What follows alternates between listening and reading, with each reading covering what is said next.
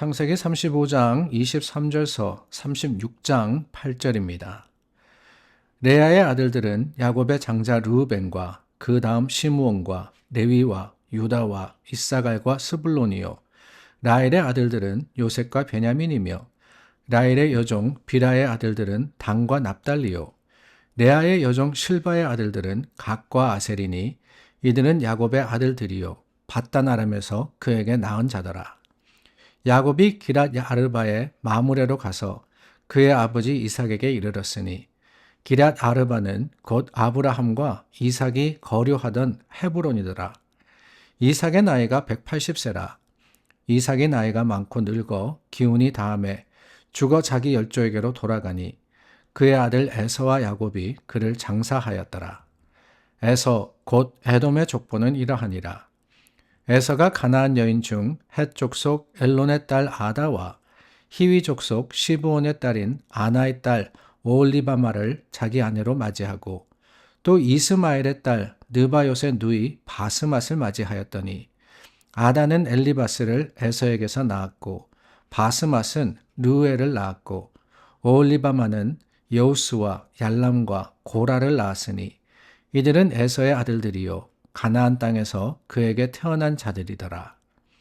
에서가 자기 아내들과 자기 자녀들과 자기 집의 모든 사람과 자기의 가축과 자기의 모든 짐승과 자기가 가나안 땅에서 모은 모든 재물을 이끌고 그의 동생 야곱을 떠나 다른 곳으로 갔으니 두 사람의 소유가 풍부하여 함께 거주할 수 없음이러라.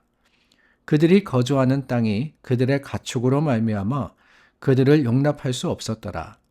이에 에서 곧 에돔이 세일산에 거주하니라. 창세기 35장에서 이삭이 죽음을 맞이한 후에 36장에 들어가서는 에서의 족보가 등장합니다. 그리고 37장에 가면은 야곱의 족보가 기록되어 있죠. 이러한 배열, 창세기의 특징 중 하나입니다. 한 세대가 마치면 그 다음에 하나님의 언약을 받지 못한 후손의 족보가 등장하고 그리고 그 이후에 하나님의 섭리와 계획이 어느 가문을 통해서 이어졌느냐라는 것을 기록하고 있습니다. 롯이 그랬고 이스마엘이 그랬고 이제는 에서가 그렇습니다. 그런데 이 에서의 족보, 그 분량이 상당합니다. 창세기 50장, 그 1장에서부터 50장 중에 한 장, 총 43절에 해당하는 이 에서의 족보, 그냥 별뜻 없이 이런 가문이 있다라고 알려주시는 것은 아닙니다. 왜 이렇게 길고 자세하게 기록을 했을까? 함께 살펴보기를 원합니다. 에서 곧 에돔의 족보는 이러하니라. 1절부터 8절까지는 에서의 세 아내와 5 아들을 일러주고 그리고 그들이 에돔으로 이주한 과정을 그립니다. 그런데 여러분, 여기에 흥미로운 사실이 있습니다. 에서를 에돔이라고 불렀죠. 앞장에서 야곱이 이스라엘이 되었듯이 에서는 에돔이 되었습니다. 에돔, 여러분 아시겠지만 이 붉다 그리고 털이 많다라는 에서라는 이름에서 에돔이 되었는데 이 에돔도 마찬가지로 붉은이라는 뜻을 가지고 있습니다. 에돔이 위치한 곳은 현재 요르단 남부 지역인데 굉장히 유명한 페트라라는 유적이 있는 곳입니다. 이 페트라, 여러분 기억하시겠지만 붉은색 바위산에 건설된 고대 도시입니다. 그래서 아마 이 에돔이라고 불렸을 때는 에서뿐만이 아니라 그 지역의 특징을 밝힌 것이 아닌가. 여러모로 이 붉다라는 그런 의미의 단어가 어울리는 게 아닌가라는 생각이 듭니다. 오늘 본문 에돔의 족보가 이러하다라고 이야기를 하는데요. 그 에돔의 족보는 특별히 이 계속해서 창세기에서 익숙한 여러 가지의 그 모습대로 기록이 되어 있습니다. 하나님의 정하신 하나님께서 택하신 그 가문 앞에 등장하는 이 에돔.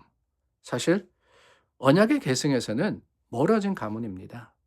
그래서 그 본문이 지나면은 다시 다루어지지 않아요.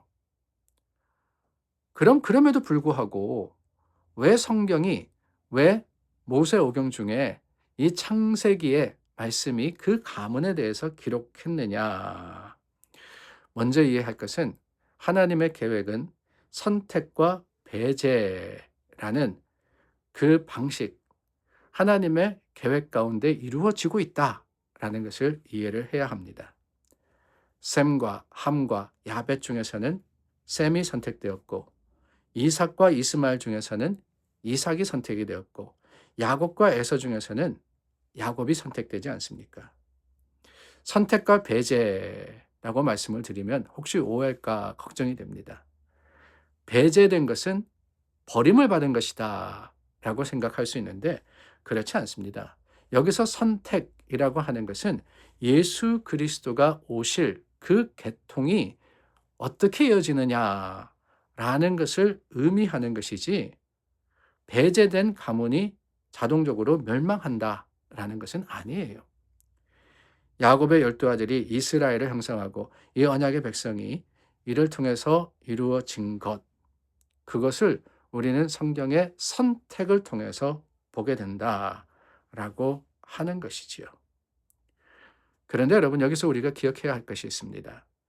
에서와 야곱은 태어나기 전부터 이미 정해져 있었습니다. 창세기 25장 말씀해 보니까 큰 자가 어린 자를 섬기게 될 것이다 라고 했고요. 그리고 하나님께서 야곱은 사랑하고 에서는 미워하셨다라고 했습니다. 지금까지 우리가 살펴본 말씀에도 야곱과 에서 비교한다 할지라도 야곱이 에서보다는 더 낫다라는 그런 생각? 아닙니다. 그렇지 못했습니다.